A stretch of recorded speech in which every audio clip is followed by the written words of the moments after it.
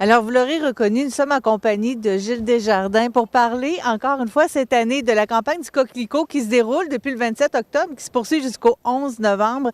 Et il y aura aussi la cérémonie commémorative du Jour du souvenir qui va se dérouler ce dimanche 12 novembre au Cénotaphe, donc ici même après la messe de 9h30, soit vers 10h30. Bonjour, Monsieur Desjardins. Bonjour, Madame Lamonde. C'est un plaisir de vous revoir à chaque année, de nous parler de tout ça. Vous êtes de la Légion royale canadienne, filiale 150 Bernatchez, Montmagny, Côte-du-Sud. Qu'est-ce que ça veut dire tout ça? Je suis un peu comme Dominique Pichel avec les bye-bye. À chaque année, je dis que c'est ma dernière année, puis je reviens tout le temps. On a besoin de vous. Oui, c'est un peu la passion qui m'a fait. La filiale 150 Bernatchez, ça veut dire ça, c'est une filiale de la Légion royale canadienne. La Légion royale a eu sa charte en 1923. Puis au Canada, c'est en 1926.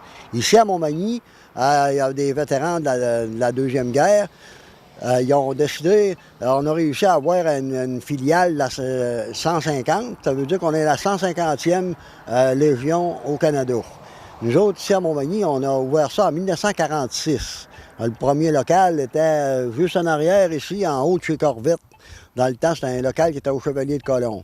Après ça, bien là, on a eu la grosse bâtisse, l'ancien magasin Posé, là, chez la rue de la Gare, qui est encore là.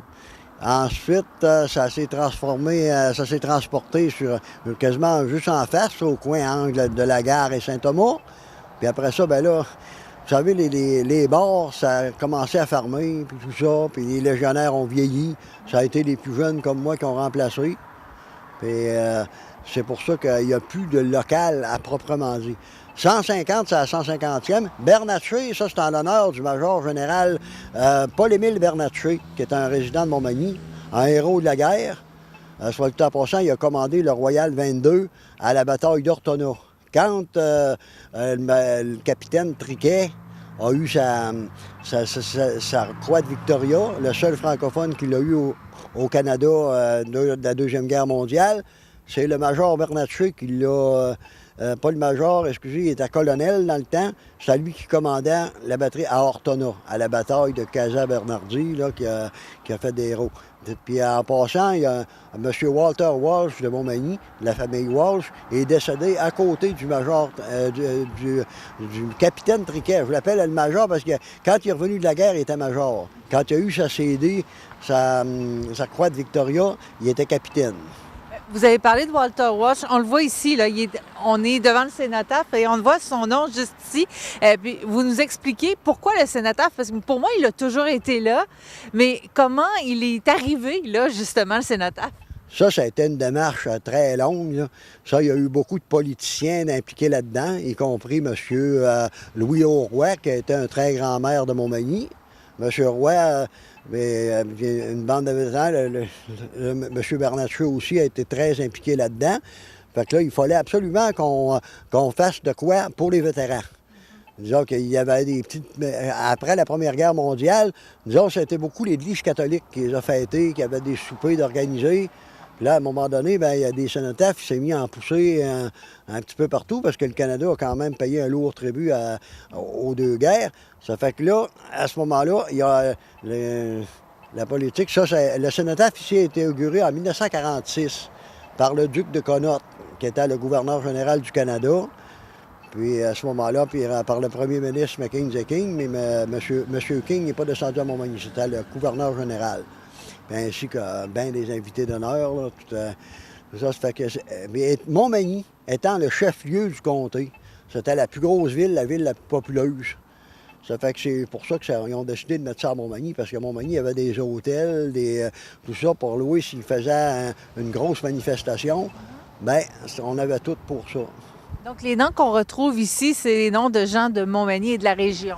Oui, exactement. Malheureusement, il y en a qu'on a découvert au cours des années qui ne sont pas encore là-dessus. Ça, on a découvert ça. Parce que c'est sûr qu'il y a eu du gros travail là-dedans, mais il y en a qui sont morts ignorés, comme on dit, là. Puis à ce moment-là, on a découvert, à chaque année, on en découvre toujours. Mais là, depuis 10 ans, on a fait un gros travail là-dessus. Puis leur mémoire est honorée. Chaque année, on fait l'appel des noms des victimes de la guerre. Puis maintenant, ils sont là-dessus. Donc, c'est ce qui va se faire, entre autres, lors de la célébration de ce dimanche. Oui, c'est une cérémonie protocolaire qui est faite par la Légion. Puis, il y a une chose que je tiens à souligner, parce qu'on m'a beaucoup posé de questions là-dessus, là. La cérémonie protocolaire s'adresse à tous les vétérans, tous les vétérans.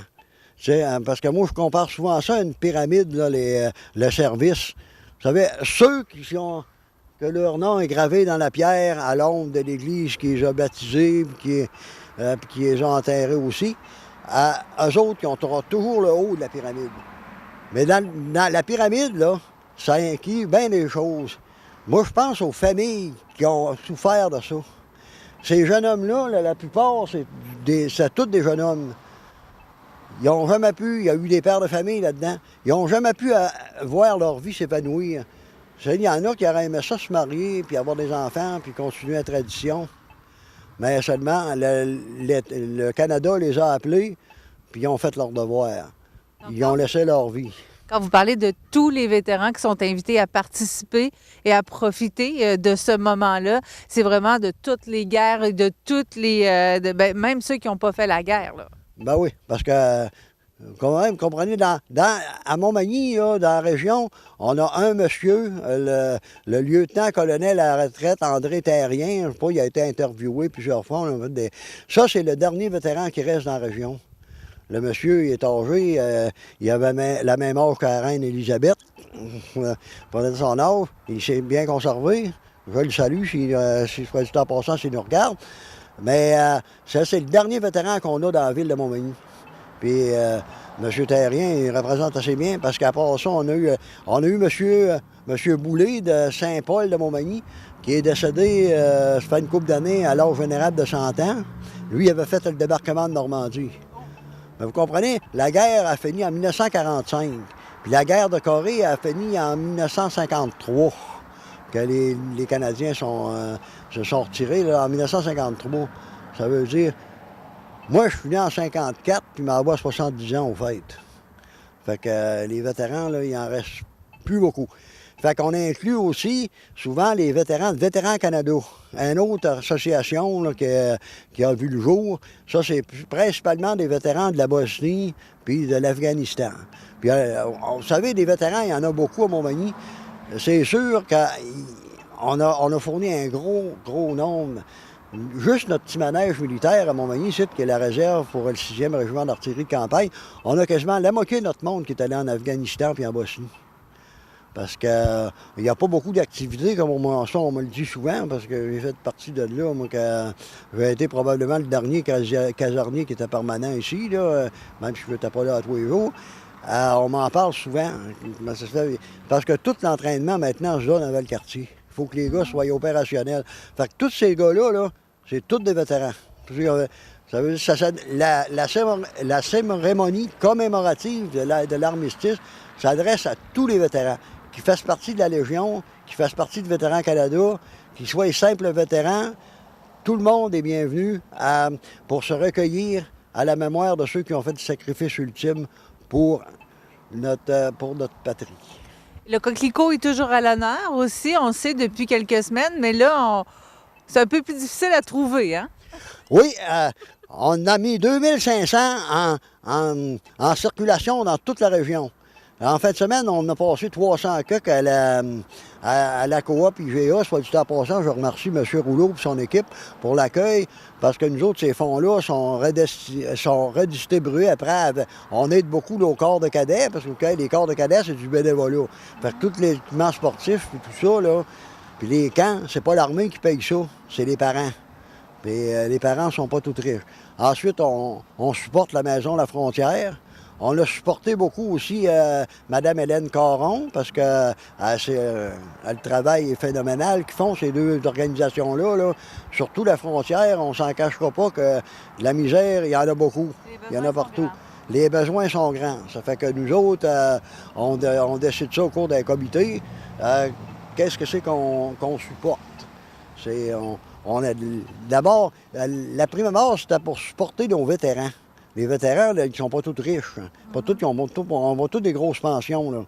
Ça fait qu'il y en a ils ont fait comme le cultivateur de l'île du Prince-Édouard, il en arrachait. Ouais. Fait que la Légion sert beaucoup, beaucoup. Ensuite, on donne un support à ceux qui sont vieux. On va les voir, on s'occupe d'eux autres. Puis, c'est un peu ça. Mais quand, vous savez qu'on n'a pas beaucoup, nous autres, c'était à Montmagny, du monde dans le besoin financier, on n'en a pas eu beaucoup. Par contre, c'est là qu'on va se servir de ça pour baquer des affaires comme la maison Hélène Caron. Ensuite, la fondation de l'hôpital, on a... je trouvais ça drôle parce qu'on ramassait de l'argent pour eux autres quand ils ont la machine pour la résonance magnétique. On trouvait ça quand ils ont acheté ça. Il y a eu une grosse campagne de financement, j'en ai donné. Quand j'ai fait mon AVC il y a 2 ans, que je l'ai passé, viens-tu passé? Puis j'ai dit, on a collecté des fonds pour eux autres. Puis là, je m'en suis servi. Nous autres, ça sert c'est un peu à ça qu'on sert. On met ça, nous autres, chaque sou de la campagne du Coquelicot, on n'a pas le droit de prendre ça pour l'administration. C'est indépendant, puis on a un comité très sévère. D'ailleurs, il y a des filiales qui sont faites prendre avec ça. Puis nous autres, à Montmagny, on a toujours fait ça, un travail impeccable là-dessus. On a 2 personnes qui surveillent ça à la lettre. Fait que tout l'argent qu'on collecte dans la région est remis dans la région. Alors, M. Desjardins, on va inviter les gens à continuer à contribuer jusqu'au 11 novembre pour la campagne du Coquelicot. Sinon, on va venir vous rejoindre et on va se joindre à vous pour la fameuse cérémonie. Donc, ce dimanche, ce sera à 10h30 du côté du Cénotaphe, donc ici même. Merci beaucoup, M. Desjardins.